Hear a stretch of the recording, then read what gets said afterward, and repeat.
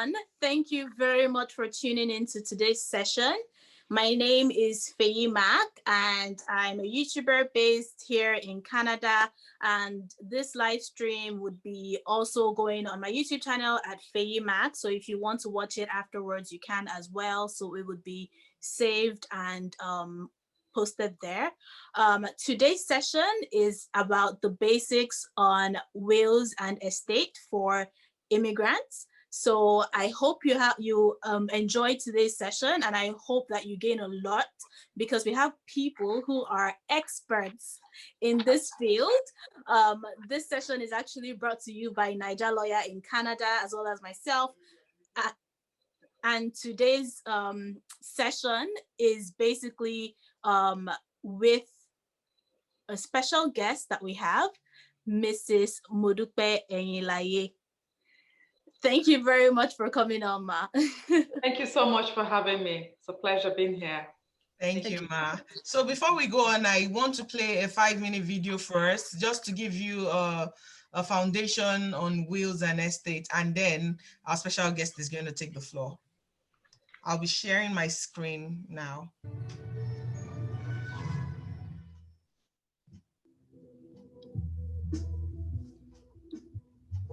Half of Ontario adults don't have a will. The statistics are just frightening.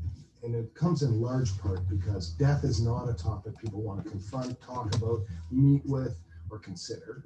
And number two is people think that it's an expense that they would rather delay as long as they can.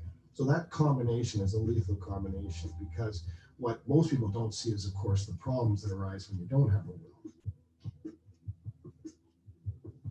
I think the reason you want to get a will is because you need to leave a clear legacy of how you want your assets to be distributed. And the only way you can do that effectively is to have it written down so that you have passed on to the next generation specifically and exactly how you want it done. Anyone should have a will when they have assets. And it doesn't necessarily have to be a lot. The default in the legislation for what happens if someone dies without a will may be completely contrary to your wishes. If you don't have a will, the recipient of the assets could be governed by the state's rules. It means that the state has a role, a direct role, in how the assets will be disposed. And so we're distributing according to the laws. When someone dies without a will, the spouse gets the first $200,000 and will share in the residue depending on how many kids there are. An example I would give you is a client of mine whose husband passed away a couple years ago, very young, young man in his 40s, and left wife, 2 girls. There was no will. He had a little bit of money, so remember the spouse gets the first $200,000, but there was more than that in the estate. And the wife was horrified to find out that the young girls were now going to share in the assets, that they would have a fair bit of money available to them that she couldn't hold back as soon as they're 18 years of age. The power of attorney really complements the will when it's being done, and most of the time you're going to want to do both, because the power of attorney document itself speaks to that moment in time when you are incapable or you are unable to deal with your affairs. People want to be able to know that they've got the insurance of a power of attorney document when the incapacity sets in. Then you've got a plan, and you've decided who's going to look after you in terms of the assets and how they're going to be looked after. And it's similar to a will in that sense. The single most important thing that people often miss about a power of attorney is they don't realize it is a blank check. You are writing a check to someone that can be activated at any time if you're doing a typical power of attorney. So people don't understand that it doesn't come into effect necessarily in times of incapacity. It comes into effect at the time you sign it. So you've given the authority over, and you need to do that because you want it to be, you don't know when incapacity is coming. So you need to leave it open, and you leave that open-ended check out there. And I always explain to clients, I say, look, you're writing a blank check. You better trust the person you've written it to. The lawyer that's drafting your will isn't just filling in the blanks. The lawyer that's drafting your will is gathering information about your assets, your family, try to get an understanding about the family dynamics. You identify tax issues, you identify pitfalls with direct beneficiary designations and how that might affect the overall distribution of the estate. The difficulty I find with people who want to create a shortcut through maybe an internet source or create your own document is that they won't see the impact down the road of that step. If the will isn't done correctly, you are subject to the scrutiny of the court system. And the court system in and of itself brings A, costs, B, uncertainty, C, delay. And the costs, I think, are the most important, because for someone to scrutinize a document through the court system, that cost compared to someone to scrutinize the document before death is like apples and oranges. I have trouble understanding why people think that the time to save pennies is on planning for distributing everything you put together in your whole life. I mean, we all may think we don't have much money in our pockets because that's what it feels like from day to day, week to week. When you die and everything is liquidated, there's usually quite a bit. Insurance, comes into play. Things that you don't get to spend because you're living in them, the house and stuff like that.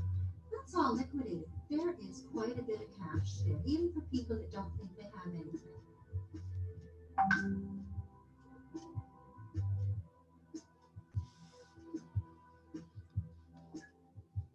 So we're going to just go ahead and introduce our special guest, Mrs. Modupe NaijaLaye. She's one of the fantastic people I've met this year, and I'm definitely very excited to have met her.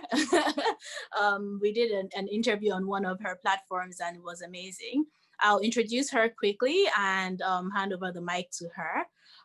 So Mrs. Modupe NaijaLaye is our speaker for today, and she's one of the partners at NaijaLaye Law Firm, which is based in Ontario, and they specialize in law, in family law, capacity law, wills and estates, and real estate law.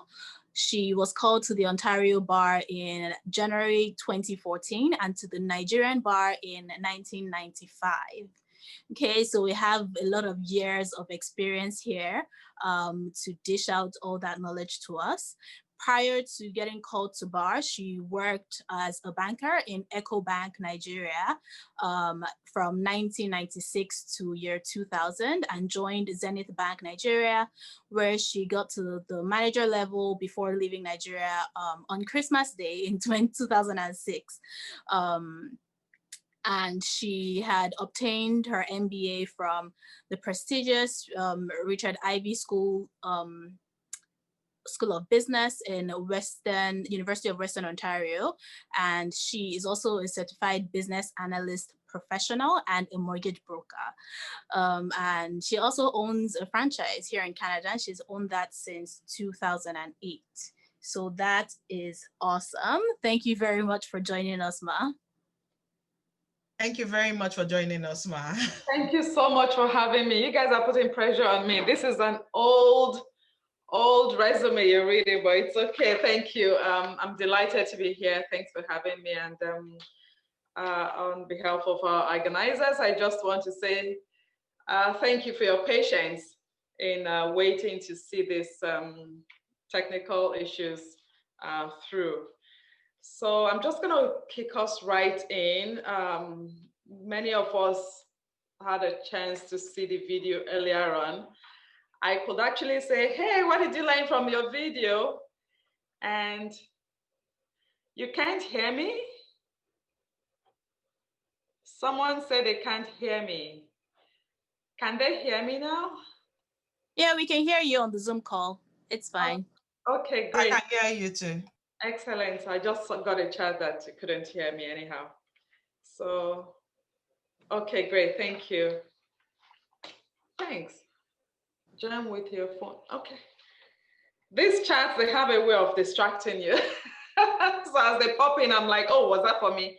So anyhow, if you had a chance to see the video earlier on, it was just a brief summary of what I was going to discuss today. So thank you for sharing that and making my job a little bit easier. So we can all say amen and just, ask questions and leave So the purpose of this webinar is to provide some basic information about wills.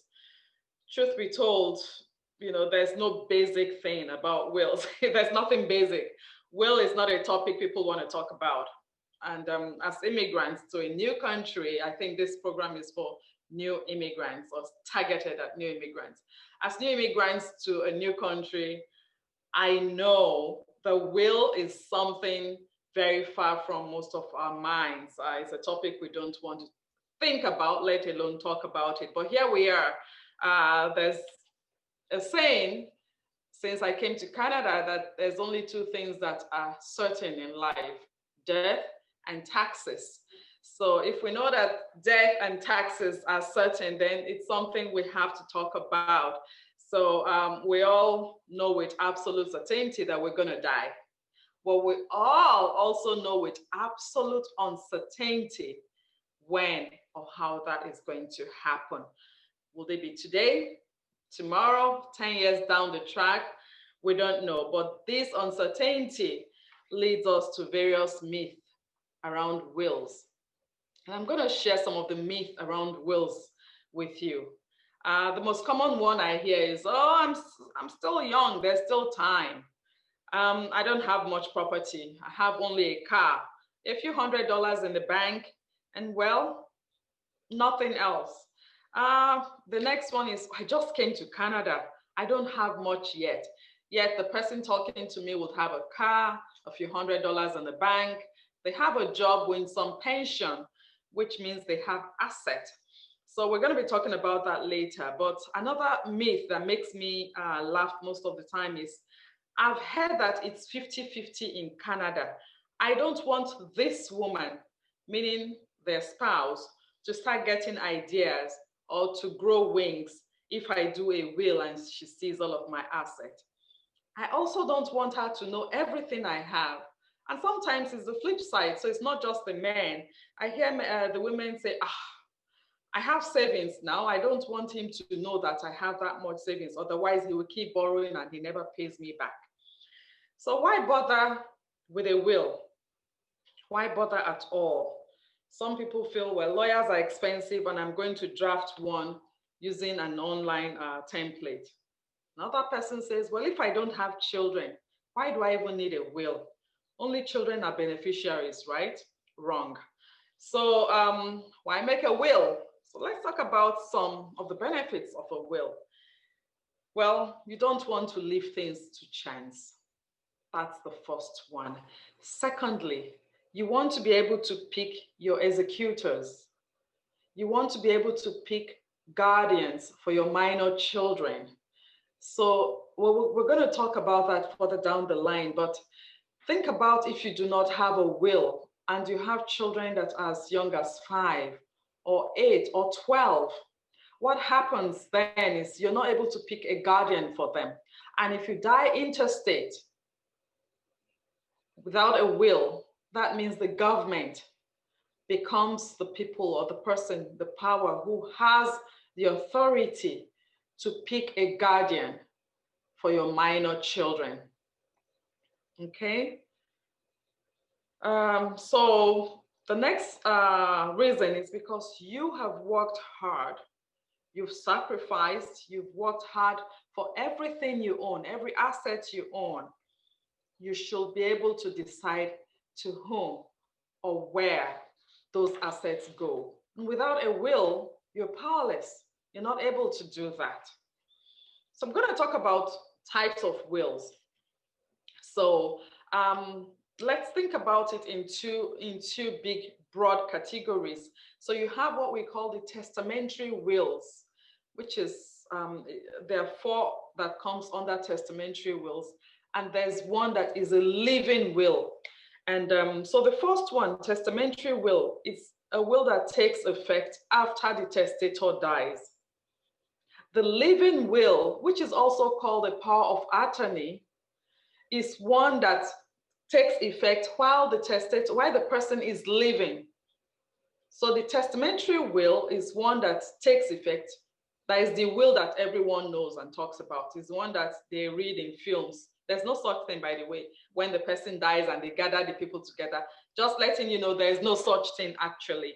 You don't call a lawyer to gather people around.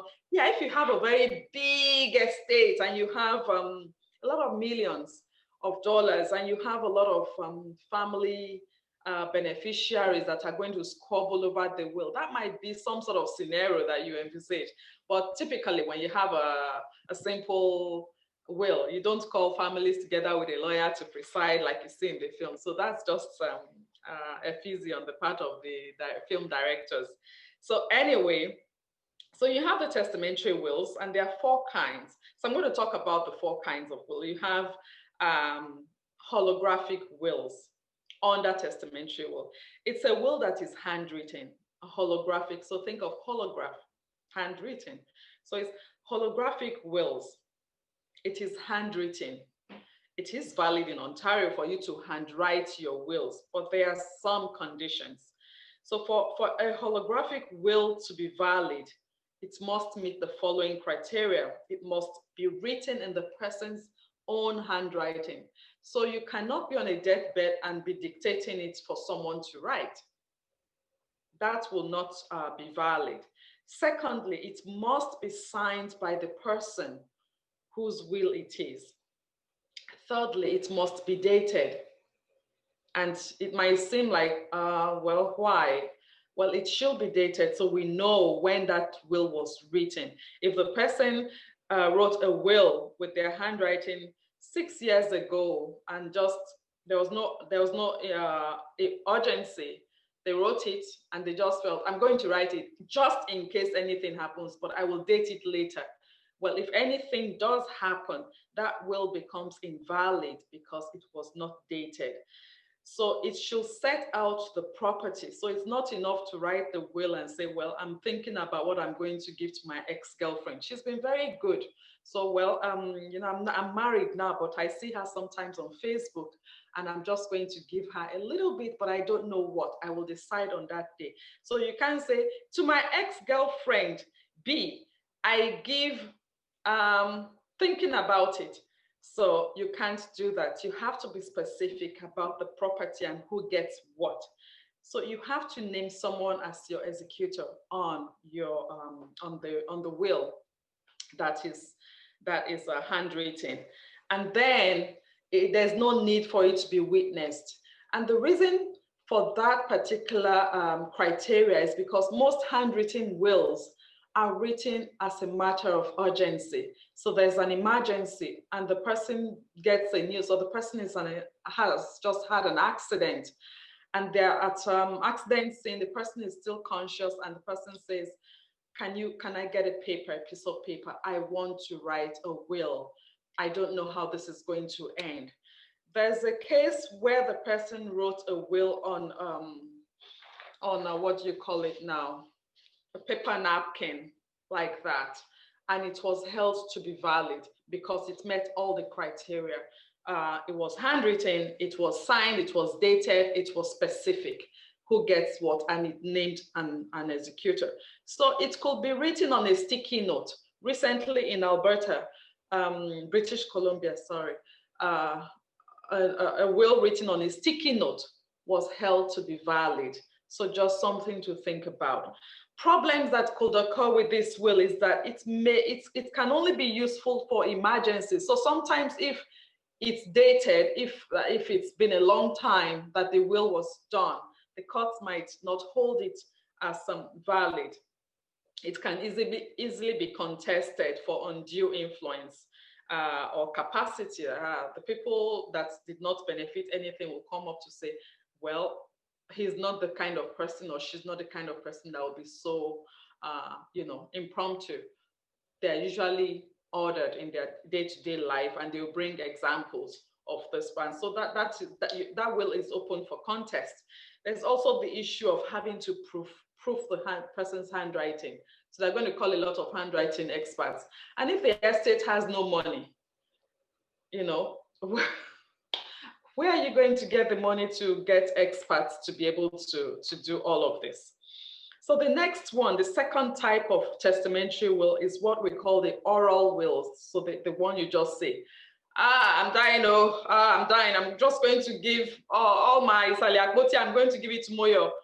And and yeah, so they are called non-cupative wills, oral wills. So video wills, videotape wills will probably fall into this category.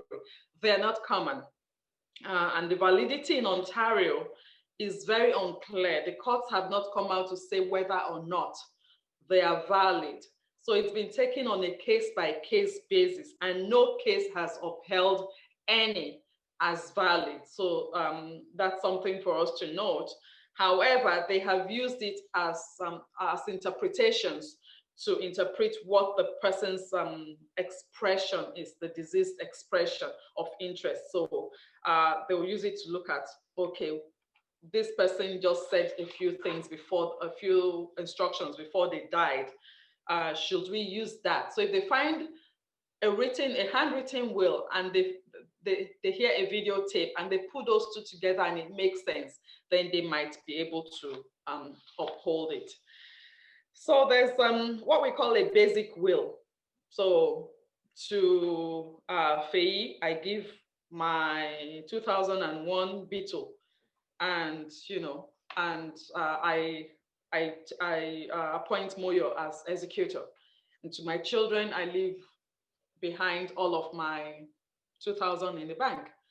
Very simple, very basic. So it's called a basic will. Most of the time, this is done at the when people have very little asset or no asset, and they feel, you know what, I might buy a home someday, but this is how I want it to go. And I might be sick, I don't know what's going to happen. So they just want to put some structure in place. Now, the last one, you have testamentary wills. So remember, testamentary wills and then testamentary trust, rather, not wills. So you've got the holographic, the non-cupative wills, which is also the oral will. Then you have the basic or simple will. And then lastly, under testamentary wills, you've got what we have, what we call testamentary trusts. This is like your A to Z. And this is the most common kind of will I have in my practice. It allows you to tailor it in the way you want to suit your own purpose. So for example, I have a 25-year-old son and or 4 sons, and 2 of them are not showing, signs that they have their head at the right place. So you're going to say, this my children, they think money is easy, so they're not pulling their weight. So I am going to make this will and say, well, they think I'm a millionaire and they think they're just going to get everything when I die. So I'm going to put some conditions in place. So to my first son, I give $200 every month on the condition that he fulfills his master's in this field or master's degree. So you can tailor it anyhow you like. That. And then testamentary trust is also useful where you have minors and where you want to place conditions, again, in the bequest or in the inheritance that you're giving to people. Then the second kind of will, remember I said there are 2 broad categories. The testamentary wills, where you have these 4, and then you have the living will. So the living will is called the power of attorney. And many people think they only need a will and they do not need both. So like you heard in that video, you do need both a power of attorney and a will. And there's a huge misconception between the 2 documents. They do 2 different things. A power of attorney typically grants power to an attorney by the grantor, the person giving that power, by the grantor, giving that attorney power to make decisions on their behalf. So unlike a will that bequeaths assets to the beneficiary, a living will gives power to an attorney by the grantor, saying, if anything happens to me, I want you to make decisions on my behalf. So typically that person is not dead, but they lack capacity. So what does it mean to lack capacity? For example, there's a brief illness that renders the person incapacitated mentally. So everything they used to do, they can't do it, and they can't do it anymore. The person is in coma. Typically, there's been an accident, the person is in coma, there is no power of attorney. So how will the doctor know the wishes of this person? Sometimes they pull people out of life support when there's no power of attorney. However, if there's a power of attorney, the attorney can say, no, this is his power of attorney. He or she wants to remain on life support for as long as is feasible, right? So there are different reasons for doing that. The person who is the attorney can file taxes on the incapacitated person's behalf. You know, in Canada, whether or not the person is, you have to file taxes. So the person can file taxes. The person can deal with the banks on the grantor's behalf. So those are some of the benefits of the power of attorney. And the power of attorney can be restricted to specific duties only. It can be limited to whatever the person is able to do. So, but what we should know is that the power of attorney ends once the grantor dies. The power of attorney ends once the grantor dies, because that's the whole point. The attorney only has power as long as they can act on behalf of that person. Now, if that person is no more, you are no more acting on behalf of. So it renders that power of attorney void when the person dies. So I'm going to take all the questions later, hopefully. So I'm going to rush quickly through this. Now, a testamentary will, which is commonly known as wills, you usually hear it's called, or says at the beginning, this is the last will and testament of ABC. Now, that doesn't mean that it is the very last.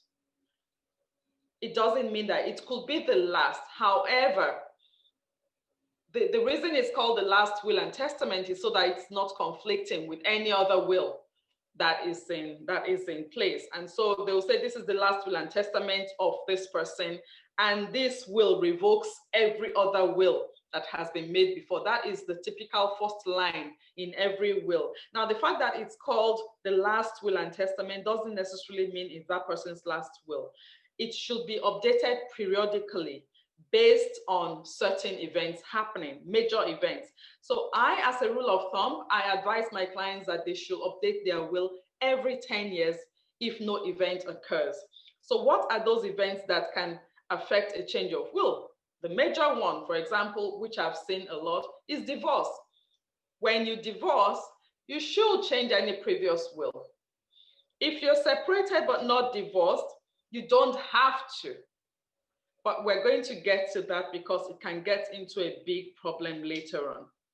So a new marriage would completely void an existing will. That is the law. A new marriage voids an existing will as it concerns the former spouse. It doesn't void the entire will. It voids the will as it concerns that former spouse. So if the former will said, I'm going to give my former spouse, you know, the speedboat I have on Lekki waters, then once that person is separated, that clause becomes void, becomes null and void. So as a good practice, it is good for you to redo the will once there has been a divorce. Some other major life events are marriages. If there's a new marriage, there's been a divorce, or if the will was done when the kids were minors and they had a guardian. Now they don't have a guardian anymore. The kids are no more minors. Some of the kids might actually become your executors, depending. So those are reasons to make new wills. So now what's the difference? What you should know about wills and power of attorney. So if you have only a living will, when the person dies, division of assets will be decided according to the status. So if you have only a power of attorney and you don't have a will, there's a hierarchy according to this Succession Law Reform Act, SLRA.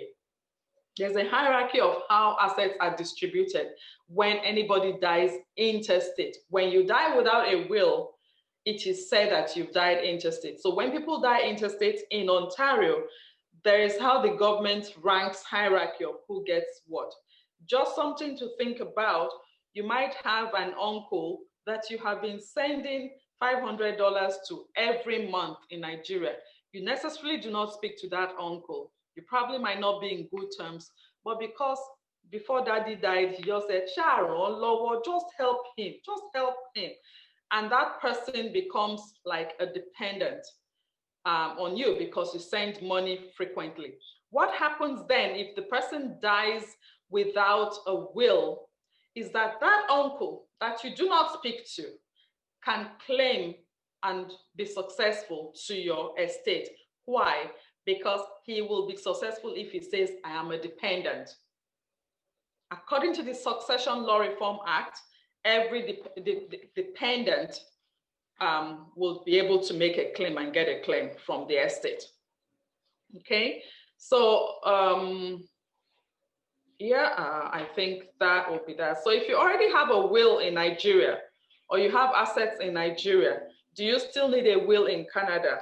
Well, I'll say yes and no. The reason I'll say yes and no is because international wills are recognized in various parts of the world by virtue of what we call the unidroit, spelled unidroit, but because it's a French name, it's unidroit, UNIDROIT. It's the International Institute for the Unification of Private Law, which is a convention guiding member states with in the areas of private law. Now, Nigeria is a member to that convention. Nigeria is a member state to that convention. Nigeria has been a member since 1964. I hesitate to advise you to make an international will under this convention. For starters, the contact address listed against Nigeria is the Embassy of Nigeria in Italy, Rome. It has no phone number. It has no contact person or email address. It only has Embassy of Nigeria, Rome, and the address in Rome.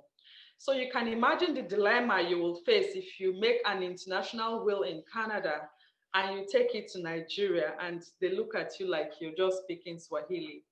So I strongly recommend you retain counsel in Nigeria to do a will for your assets in Nigeria.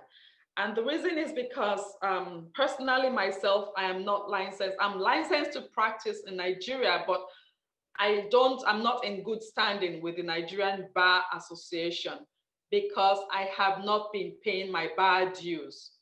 So if you do not pay your bar dues in Nigeria, you are taken to be not in good standing.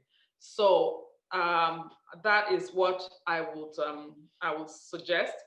There might be constraints on testamentary dispositions as well in Nigeria with the local laws. Think of having a land in Lagos State and the land is subject to 99 years government. You know how it usually is, government deed, and all you have is actually occupancy for 99 years. And then the 99 years is running and then you bequeath that land to someone. And then the land has now been probably listed as a place where they want to build, God knows, maybe the University of Agege somewhere. And then suddenly you find out that you are making a will in Canada, but you do not know what is going on in Nigeria. So I highly suggest getting a lawyer in Nigeria to do that. Also because they will be more in tune with the taxes and debt succession duties that may apply to that. So frequently we say wills and estates, wills and estates. So what is the difference between wills and estates? Many people I have met, they think that they're interchangeable. They mean one or the same thing. Where wills are typically, they provide the instruction for the distribution of property and naming guardian for minor children when the person dies. However, estate planning is much more encompassing. It includes the will, it includes the power of attorney. Remember, the power of attorney is a living will, while the other one is a testamentary will. So in estate planning, the client is able to outline their wishes regarding health care, their finances, trust, setting up a trust, and much more, which can be effected while they are still living. So that is estate planning. It's different from a will. So will planning can be a relatively simple process that involves just creating a last will and testament of the person. The will can be as simple as a one-page where the person decides who takes care of the minor child after death, or it could be as complex as who should take over the business, if there's a family business, if there's one, or where assets should be distributed to corporations, if you have corporations, for example, and to trusts. So you can set up various trusts while in the will. Then the estate planning, on the other hand, is a more intensive process, which includes the use of various mechanisms like the will, like the power of attorney, like I already said, trusts, or gifts to distribute assets while one is still living. So the major thing to think about is death and living when you think about estate planning and will planning. So you can think of the estate planning as the destination of a will, the power of attorney, or a trust as vehicles to get to that destination. Okay. So what is a trust? You've been hearing me saying trust, trust, trust. What is a trust? Now, when I started, I said there's nothing basic about will making. So I understand that I'm going a little bit fast, and I'll be happy to take questions privately or here. I'm happy to do that. So it might be a lot to take in, but don't be discouraged with the amount of information. It's just because I need to touch on all of these little basics so that you have a better understanding of how the whole thing works. So because in will planning, you will have things like trust in the will. So that would be a testamentary trust. But you also have the living, the estate planning, where you have trusts. So that is what I'm going to be discussing here. So a trust is created when a person who is called the settlor, S-E-T-T-L-O-R, the settlor, appoints a person or persons or a corporation. It doesn't have to be one person. So you can set up a corporation or a cooperative and say, this is my trustee. So you call them trustees. So the settlor appoints a trustee or trustees and then transfers assets to this trustee for the purposes of holding such assets for specified beneficiaries. Again, the trustee must be known, the settlor must be known, the beneficiaries must be known, the assets must be specified. So a trustee can only hold assets which the settlor has legal title to. Now, I use this example whenever I have seminars like this because it was a very funny example. True life client of mine, I've been working with him for a while, and he came one day, he was frustrated with the person he wanted to sue, and he's been saying, I was handling another matter with him, and I said, I don't do civil litigation. I cannot sue this person on your behalf. And so he comes in and he says, I have an idea. I said, what's this bright idea you have? He says, he has a truck that he's parked in my yard for a long time. Now, since he's owing me and he has refused to pay me, I have this bright idea. I'm going to transfer ownership of that truck to a trust company and for my children, and it can be, this trust. And I looked at him and you've got to be kidding me. That is stealing. Simple. In simple terms, it's stealing because it does not belong to you. It's in your yard, yes. So the first step is to get legal title. So you cannot transfer what you do not have. And I see this all the time. Somebody is just bought a house, and the house is, is on, not bought a house, there's this lease to own scheme, and they have that, and then they come and make a will, and they put that, and I said to them, it isn't yours. Then what do you mean? It's not yours. You don't have legal title to it. This person, the lessor, has right, to take it from you at any day and decide, I don't want to even do this scheme anymore. I want to sell. So you cannot give what you do not have. So it's very important that when you do a trust, the person has legal title to it. So you cannot use a trust as a fraudulent warehouse like that, my client, so that's something to think about. So there are two main types of trusts, just so we're aware. There's the testamentary trust, which is a trust. Again, when you think testamentary, think of it as death. So it's in the will. It's a testamentary trust built inside the will, a testamentary will, which comes into effect when the person dies, testamentary. So a testamentary trust is created in the will and takes effect on the death of the testator. So the assets relating to a testamentary trust form part of that estate and are therefore subject to any estate taxes. Lawyers make this mistake most of the time. They just put everything together and say a trust inside a will. There's nothing wrong with that, but what happens is that that estate will end up paying more probate taxes.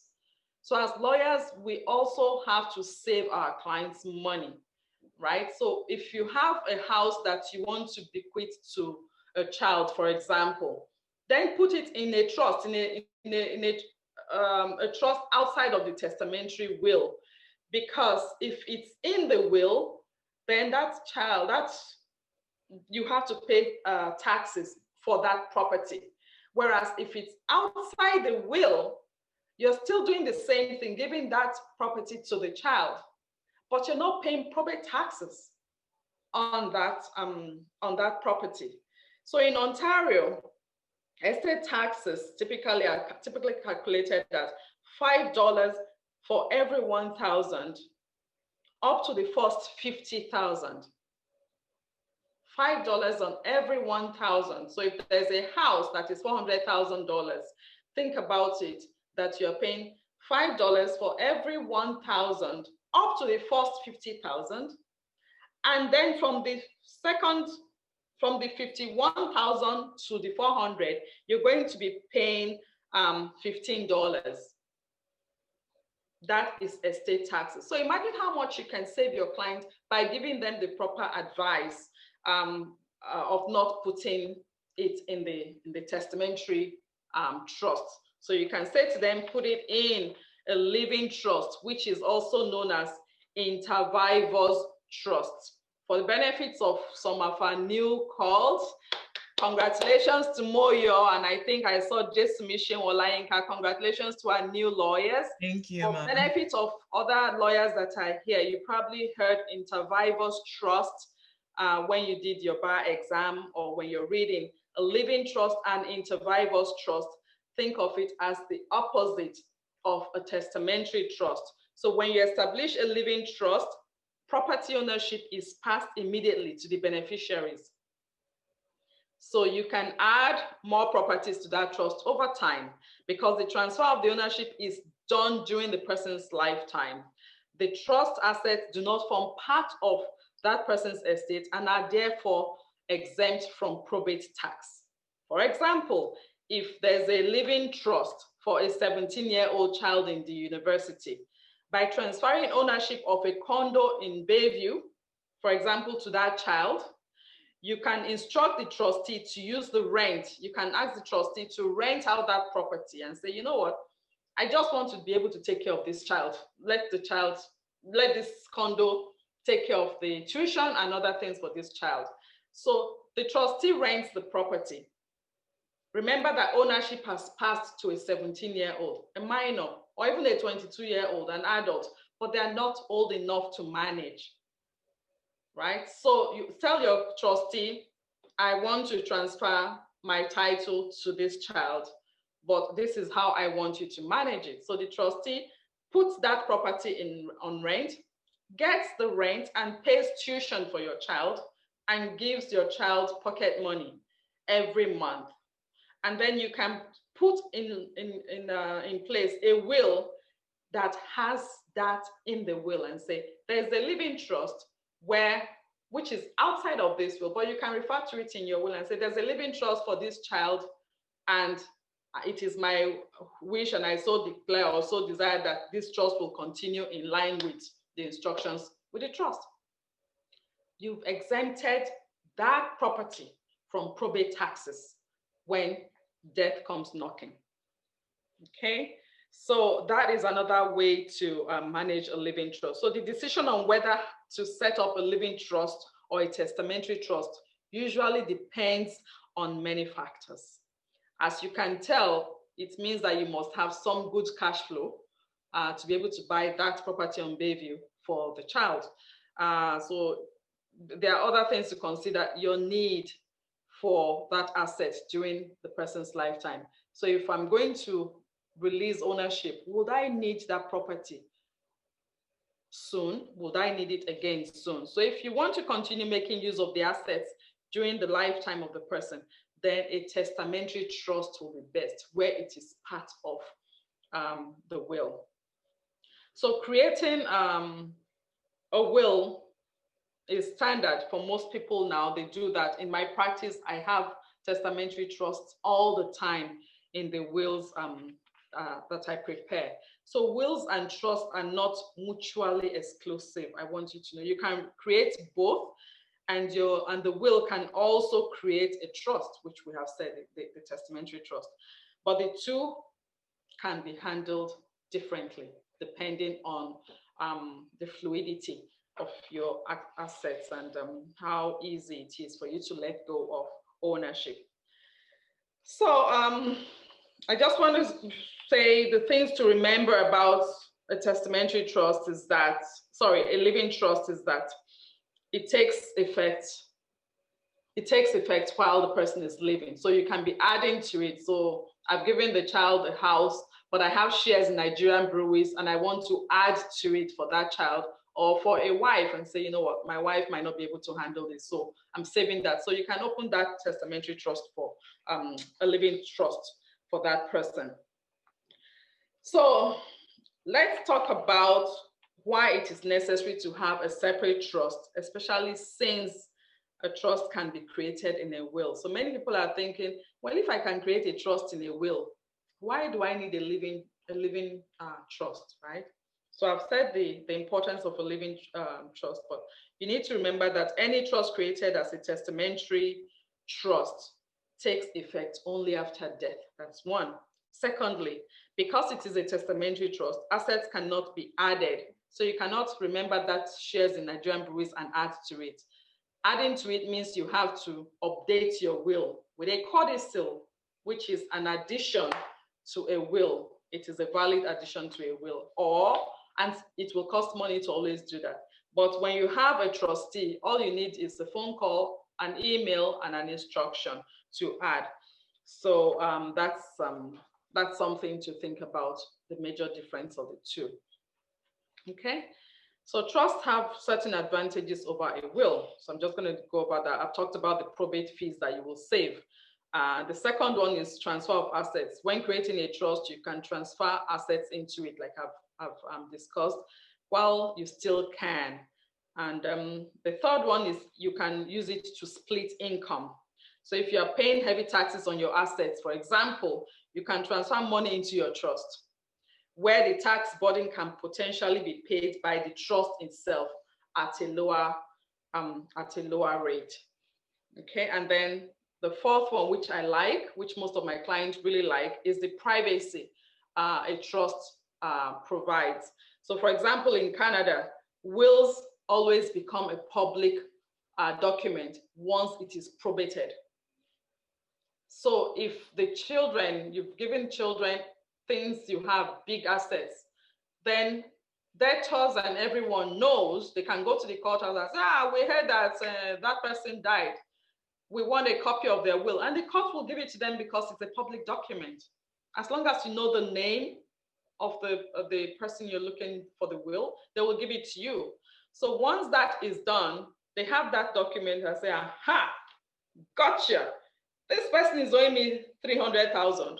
And the father just gave them 5 million. Based on that will, they come after, debtors come after you, creditors come after you, right? And so a trust offers you the privacy because trusts are not public documents. They're never public documents. So it protects the beneficiary. So another reason my clients like it is because of the incremental gifting that it allows. So with the issue of a will, it's at a time, at a point in time. It's at a snapshot at a point in time of what I have, what I can give. However, with a trust, you can always, this cement company in Nigeria that have gone under, they were owing me, or they're owing me, you know, some things, and they've just recently paid. You can transfer that into your trust. So those are the incremental advantages. In a will, you can withhold assets until a beneficiary reaches a certain age, but such conditions have been voided in the court, and the assets given once the beneficiary reached that age of majority. A trust can give greater control to create those conditions. A client of mine came and said he was Jewish, and he's actually late now, and he said, I want you to put in my will that my first daughter gets ABC on the condition that she marries a Jewish person. That is a condition you cannot put in a will. So I quietly looked at the gentleman and I said, but sir,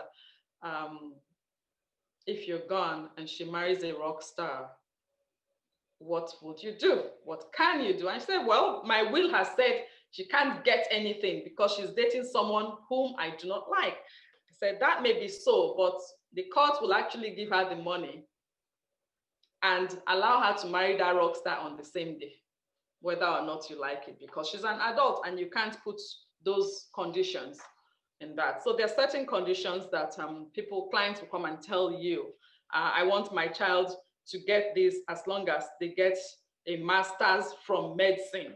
It has to be a doctor by force. You can't force your child to do medicine. You can, however, say, my child will get this when they attain a doctorate, or whatever, master's degree, make it open as much as possible. So I guide my clients to say, as long as they have a master's degree, it doesn't matter what discipline, and it doesn't matter, how long. So I say to them, so are you content if the boy or the girl registers for a master's degree in 2021 and decides that they will stay in that program just to satisfy your condition for 8 years? They are doing masters, so what do you do? So there are ways to work around all of those conditions, which you can do in a trust easily without questions, but a will can be contested and you won't be able to uphold that. So those are the benefits. So the common uses for trust have said that if you have children, for example, from a previous marriage, if you remarry, a trust can provide support for the spouse during your lifetime while ensuring that your children from a previous marriage eventually inherit some assets. It's the clever way of avoiding family conflicts with a trust. So you're not putting it in your will, but you've set up a trust just to keep the peace and to say, okay, I'm going to be putting $500 aside for my children from a previous marriage, while this my children from this marriage and my wife stays in my will. So it's ways of tidying up your business, really. And if there's a spouse that lacks financial expertise, you probably want to open a trust. If the spouse needs help with money management after the testator dies, a testamentary trust might allow a qualified trustee to manage the trust assets. Especially if there's money, right, on behalf of that spouse. So money is not mismanaged, and as a result of different advices. Let's go to Vegas. The person will go, money is gone. So if the spouse or if any child is disabled, a trust is a very good instrument to give money to the child to keep managing it. I had a client who has a daughter, a 38-year-old daughter. She wasn't disabled, but she was prone to using drugs, and she was very dependent on drugs. And so her parents were very, very worried, and her parents were rich. So they were worried that if they give everything to her, if they die and everything gets to her, that child was going to squander the money on drugs. So what they did was to make a very close family friend a trustee. So we did, it was a testamentary trust. So we did that inside the will, where the child, she was an adult, but the child gets 1,200 every month for her upkeep. And the parents felt that was good enough because the child was already had a house. So the 1,200 was for her upkeep. She wasn't working. So those are the kind of things people can think about. So that's a personal experience I had in my own practice. So the final one, people always ask, when I make a will, how do I store my will? Where do I keep it for safekeeping? So I'll share my own practice. What I do is I tell my clients, you know where you keep your gold. If you are a woman, you know where you keep your gold and things. Yes, so go and keep it there. It's an asset. Keep it there. If it's a place that is not just in your jewelry drawer, you know, for everyone to see. If you have a safe deposit box, you want to put your will there. However, I always tell them, let the person whom you have chosen as an executor know. Just tell them, oh, I have made a will. This is my lawyer's card. If anything happens to me, please contact her. So that is something. So someone is saying a deposit box in a bank is good, not so expensive. Well, yeah. So it's something to consider. It's small change to pay every month, but it's peace of mind because it's somewhere else. So, but you also want to let people know that you do have a safe deposit box, you know, in case anything happens. So another thing is some clients will say, well, I really don't want to keep it in a safe deposit box. Can you, as my lawyer, hold it for me? I've done so, but I typically shy away from it. I do so for a fee because I'm not a safe deposit box, and I would also need to go and put it in a safe deposit box myself. So I do so for a fee. But I mean, there are times when I have dealt with some clients who are really vulnerable and say, I cannot afford a safe deposit box. And you know your clients, you know the people that come to you. I cannot afford a safe deposit box. I cannot afford just leaving it in my place. It's not safe. I don't have such a big place. You know, someone can get a hold of it. So I say to them, keep the original. Tell me where the original is. And then I will put that in their file. So I write it in their file, the date, and they sign it. So if you want to take it and put underneath your bed, left side, right side, middle, let me know. And then I will write it down that this is what this client has said the will is going to be on this day, and they sign it and I keep it there. And the reason I do that, we don't know who's going to go first. God forbid, if anything happens and they are looking for the will and they come to the office, I'm not there, then the file should be able to point them to where they'll find that will. So it depends on what you're comfortable with. Now, that information is for lawyers. For clients or non-lawyers who are thinking to do a will and wondering where to put it, you have those options: the bank, your lawyer, and you yourself. But always let one person know what is going on, not necessarily the contents of the will. I advise strongly against that. Let them know I have prepared a will. This is my lawyer's card, and that will suffice. So I think I've kind of covered the basics of what a will is. So if there are questions, I'm happy to take those. Sorry I had to rush, but it's just a lot. Thank you very much, Ma. That was very comprehensive. Someone even commented that, what was that comment? She said, wow, so much to learn. Lawyers are trying. So thank you so much. I know many people are hearing a lot of things for the first time. So guys, if you have any questions, please write them in the chat box and we'll try to go over them as fast as we can because we know that we're over time because of the tech issues we had earlier. Yeah.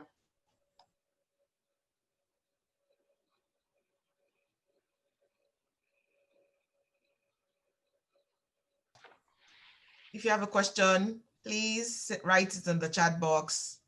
Shokwe, do you have any questions? Someone sent me a message and said, how do you set up a trust? Is it through the trust corporations or through your lawyer?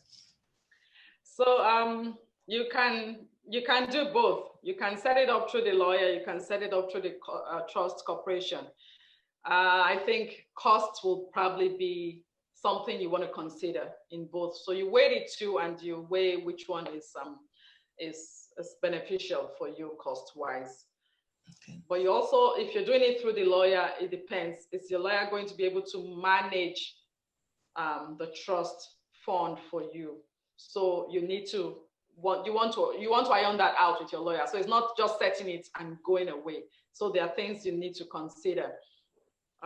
Just because the trust is ongoing, unless it's a testamentary trust that is inside the will, it's done, it's done.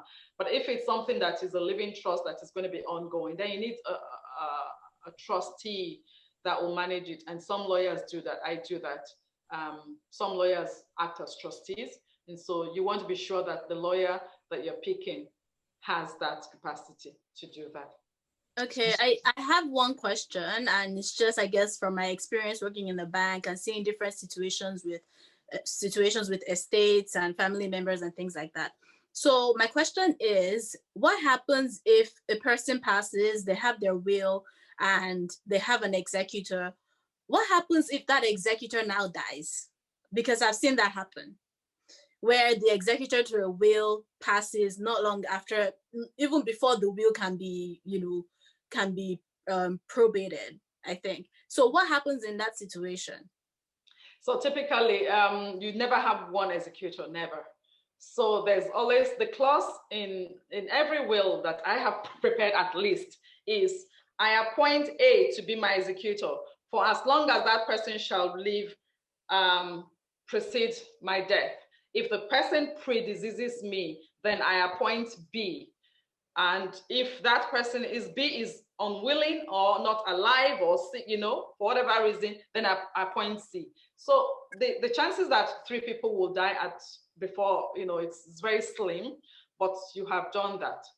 Mm-hmm. Okay, so you want to make sure you have more than one person. Most of the time, yeah. Typically, it's usually 2, and if they are spouses of each other, then I appoint my spouse if they survive me by 30 days. If they don't survive me, then I appoint B. And if B is unwilling on what, then I appoint C. So that is usually the gist of a will, the provision. And can you also explain what the clause jointly or severally means? Because I've seen that a lot in wills. It depends on how it is carved. Jointly simply means that, for example, a common example I can think of is I bequeath or I give to my children the use of my condo in downtown, and it shall be equally shared or jointly used. That means they can use it jointly. But again, as much as possible, we need not to make things ambiguous. So I like to spell things out. When I put jointly, I always put, it might be my own crazy head going, like all the bulbs lighting up there. So I always put for clarity. So in my wills, when I put jointly, I say for clarity, A shall have the use of the condo at the same time or at a different time, I just make that clear for them to understand what I am saying by jointly, so that if that will goes to court, nobody is left, thinking, what does she mean?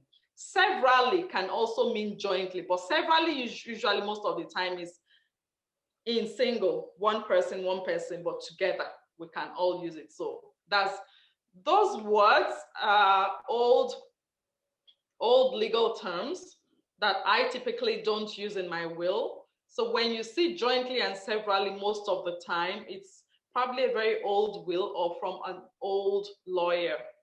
Mm. That's it.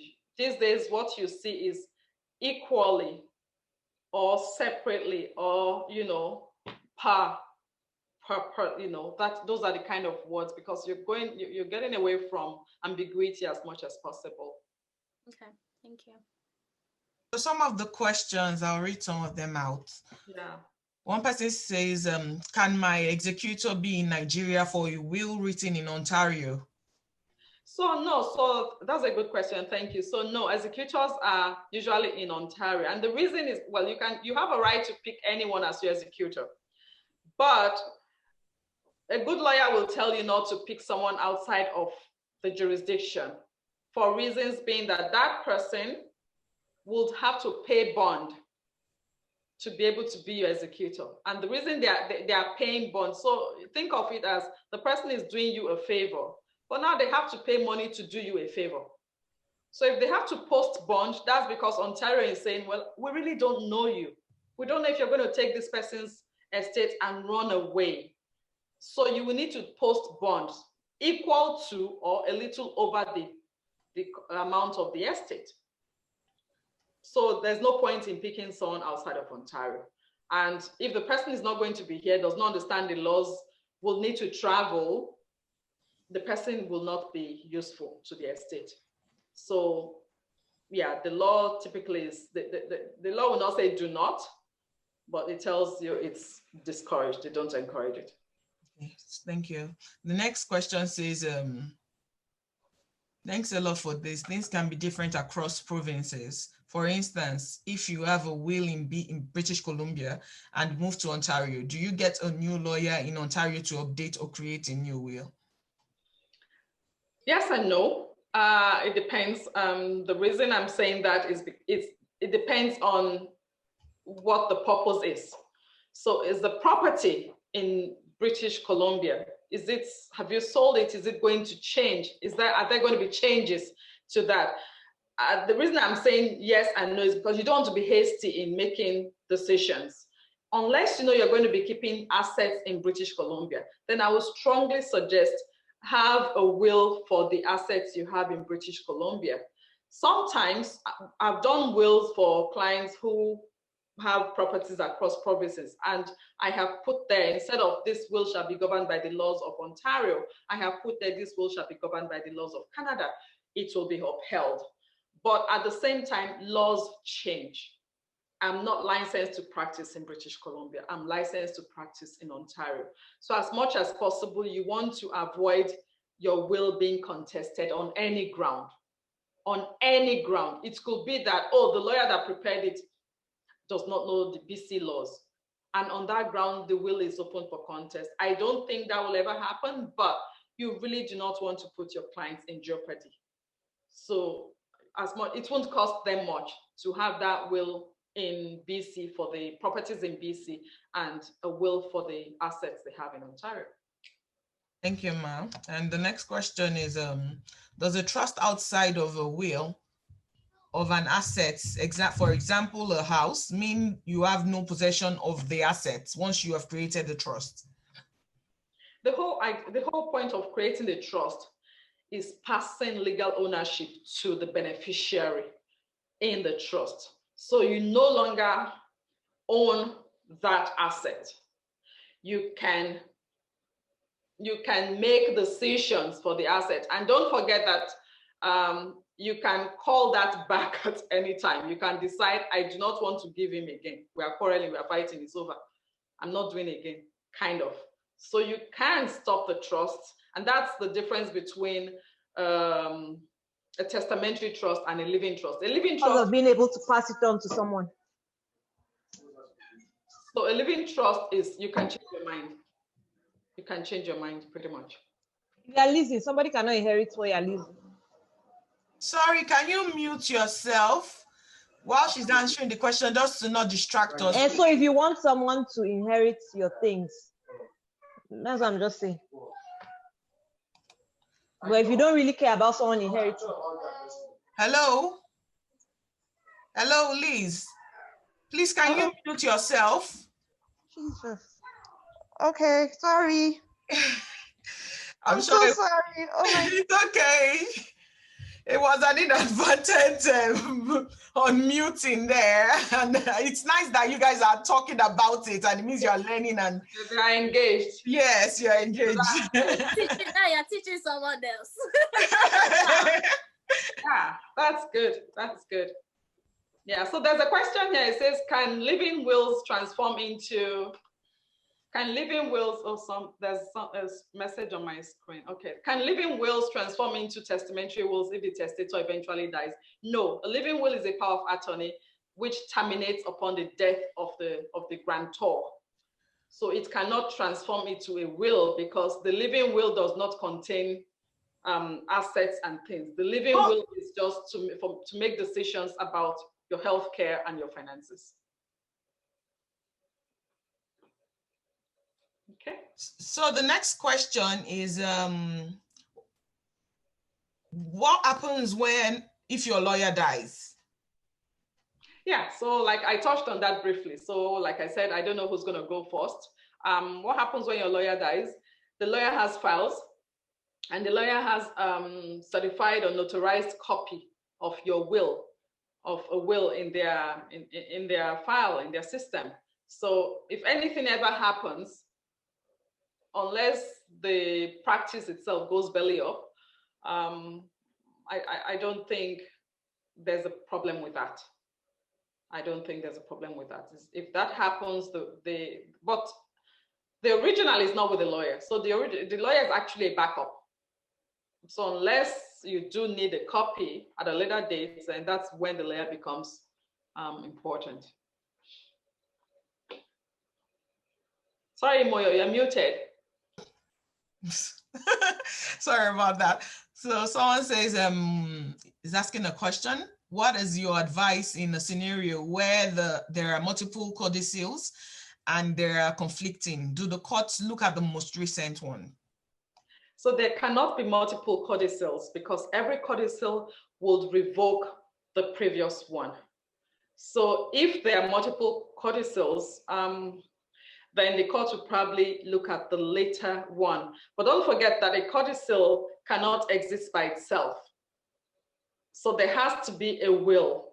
So the codicil, for those of us who don't know what a codicil is just an amendment to the will or an addition to the will.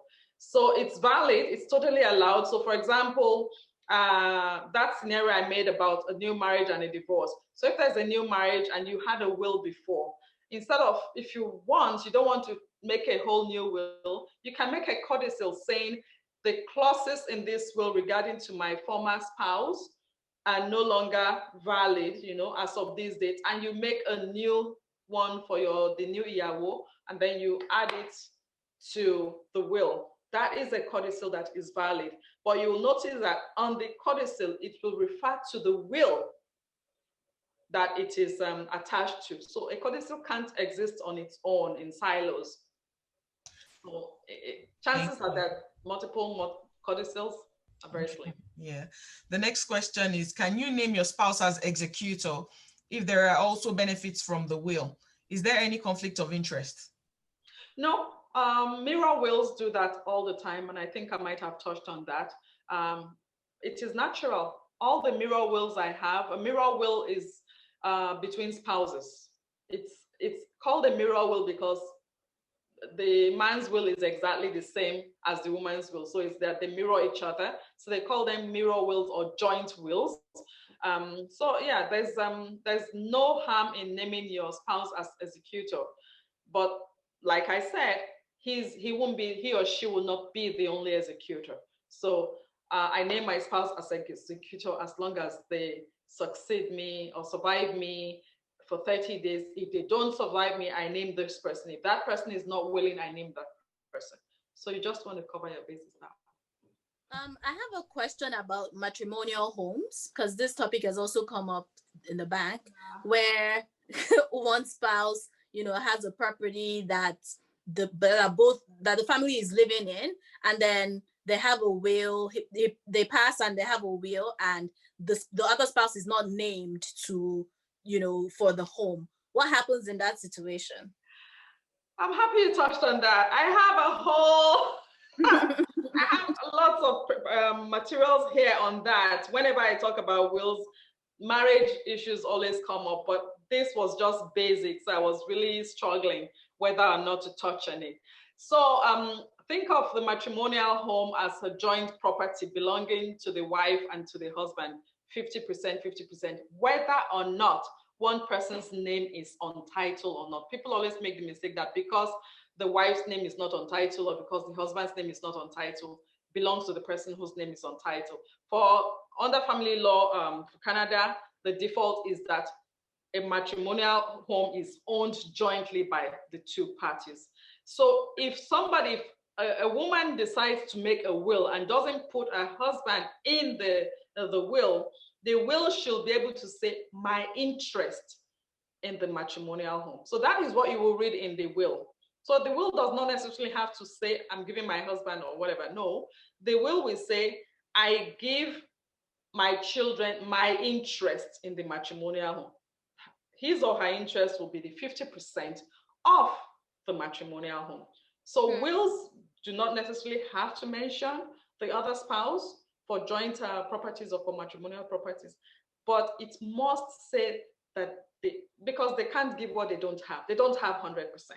They have 50%. So it is my interest. So that's something to consider, lawyers. So think about that when a person comes and says, I want to make a will.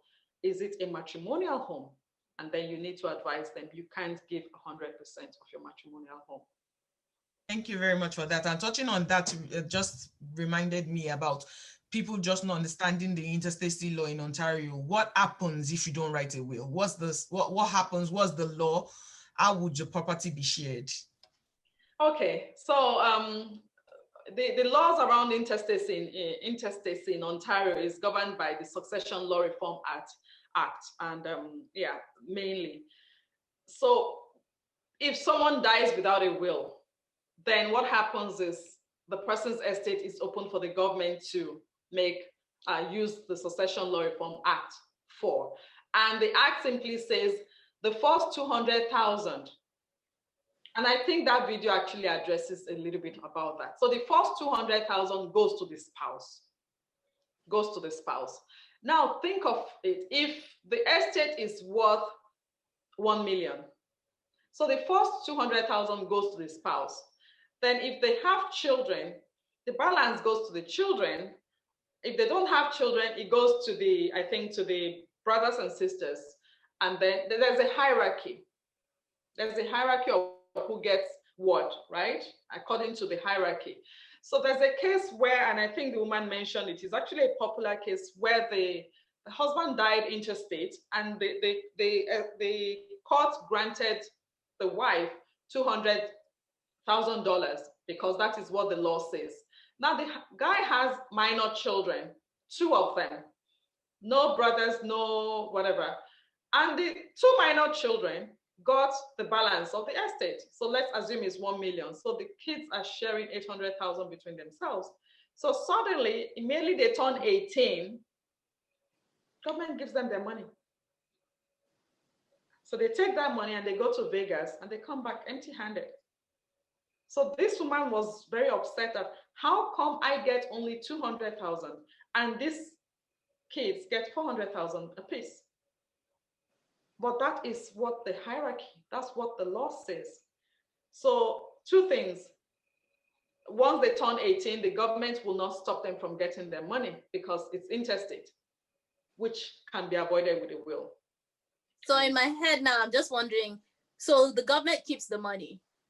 No, the government doesn't keep, well, the government, the public guardian trustee becomes the trustee for the minor children, unless the mother applies and say, no, you cannot be the trustee. I'm alive. I have been their trustee. I have their best interest at heart. But it's a long application, which many people have to do anyhow. And then you do that. Because I'm wondering what happens to like the interest on the money over a period of how many years, right? Who gets that?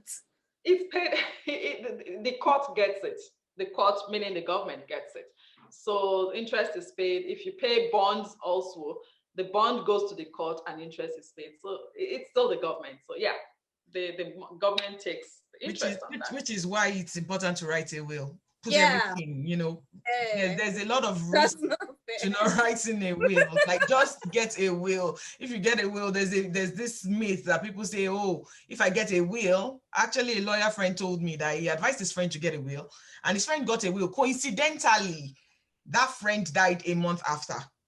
And the wife started calling him and saying, you are the one that caused my husband's death. And it's just really ridiculous that some people will think that now writing a will does not mean he would have died either ways. She should even be thanking him for, making sure that the husband wrote a will.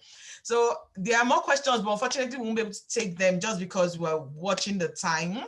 Yeah. We have one more thing though that I wanted to touch on for children, for parents that have wards and children here. What's the effect of not writing a will, for not putting down a guardian in a will, saying, oh, if I die, the children should temporarily be with this person before the court now fully assigns the person or anyone else? Just so that people understand the importance of writing a will. If you don't have a will, then you cannot name someone as the guardian of your children.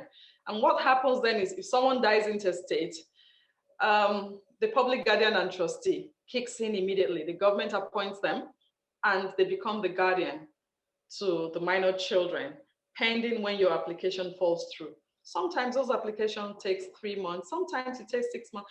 And you have to think of it, the person is grief-stricken. The last thing on their mind is even thinking about guardianship, but everything has kicked in. And the government is saying, well, sorry, as long as this person has money in the bank, unless they were joint owners of the bank account, where the bank necessarily don't even have to know anything happened and the account keeps going on. But where they're not joint owners of the bank account, even for the car, for the vehicles, most vehicles are listed just in the name of one person. So to change that, a mother lost her son in an accident 2 years ago in Oakville. 26-year-old, very smart guy, he died.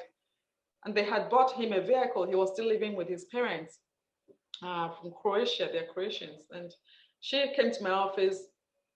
This was a year and a half later. She could barely speak. She's still grief-stricken, she was numb. She was numb. They had just 2 kids, the guy and the older sister who works in Los Angeles.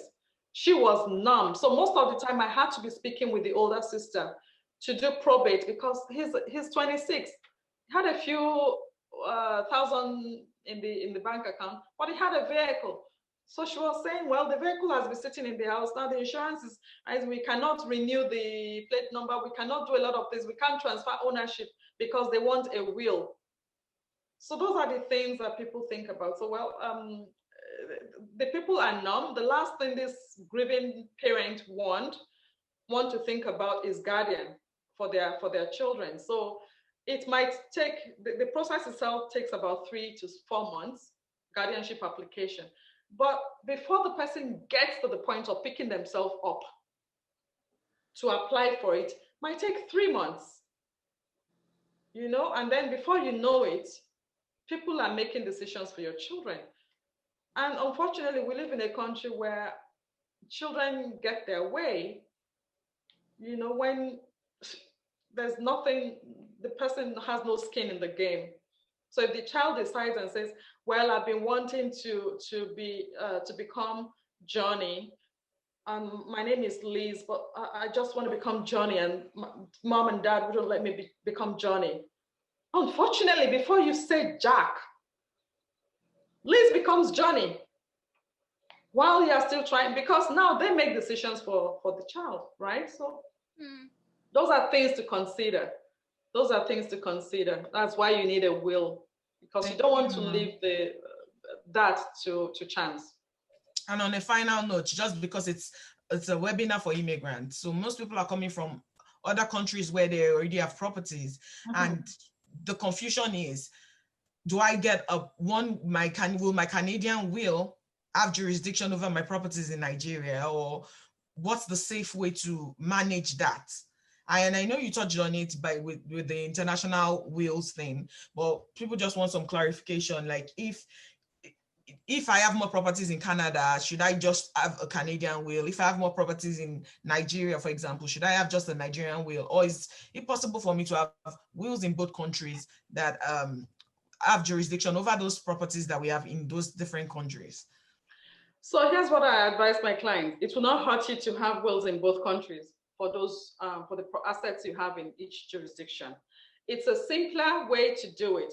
However, I've had a client who insisted that they wanted the will in Canada to have all the assets in Nigeria.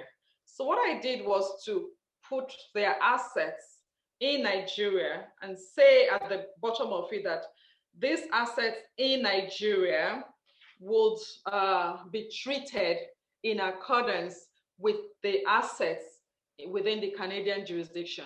And at the end of it, that this will be governed under with the Canadian jurisdiction and where applicable under the Nigerian jurisdiction.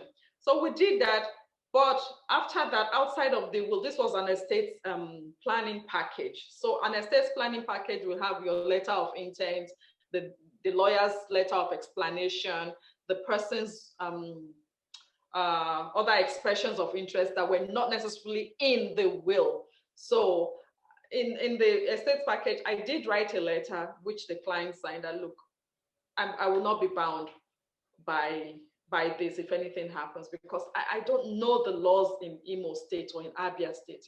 I don't know if they allow women to own properties. I know that it was not allowed at certain points. So I cannot comfortably make a will to guard your distribution of assets in any of those states, or even in Zamfara State or in Oyo State or in Port Harcourt. So I don't know. So it's easier and safer to have a will in each jurisdiction. It's just safer. How much? It's penny wise, pound foolish. You're saving little pennies, but you could be exposing yourself to a lot more problems. Oh, that's really is a very nice note to end this. Thank you so much, Ma. Someone wrote in the session that I'm a lawyer in Nigeria and I'm learning a lot from this webinar. So that's why the fact that it's for lawyers and non-lawyers, it's really amazing to learn a lot of things. Thank you so much for sparing your time. Well, I apologize to everybody about the glitch and the tech issues that we had earlier. It wasn't something within our control. Unfortunately, we're not able to answer all the questions in the comment section because of the time. You can please follow Mrs. Enyinlaye's law office on Instagram. It's called Enyinlaye Law, and I'm typing it right now in the comment section. So there it is. You can follow her on Instagram, and she said you can ask questions, but please do not spam her with questions. Please do not. So Shokwe, any final words? Well, you said it all. Thank you so much, Ma, for joining us today, and in fact, I've learned so much, even within questions that I had that conversations that you brought up kind of sparked in my head. So it was a very amazing session for me, and I'm sure for everyone else. And I really appreciate you taking time out of your busy schedule to have this conversation with us and educate us. So thank you very much. Thank you so very much. It's been a pleasure being here. I hope you all find it useful, and let us know how you want to take the next step. Information is nothing unless when it's acted upon. So you have the information. What would you do with it? Exactly. So let's know how to help. Exactly. And Mr. Enyinlaye's law office is in Toronto and in Oakville in Alton Region. So the details of our law office is on our on the Instagram page. So you would see a lot of information there. So please follow them. You can book an appointment. You can send an email. You know what to do. She said it, penny wise, pound foolish. Just, think about people that are probably going to be in grief. Nobody wants to die. Nobody plans to die. And getting a will is not going to speed up your death. Thank you so much for joining us. Thank you. Thank you. Thank you, Ma. Have a lovely weekend. Bye now. Bye-bye, Ma.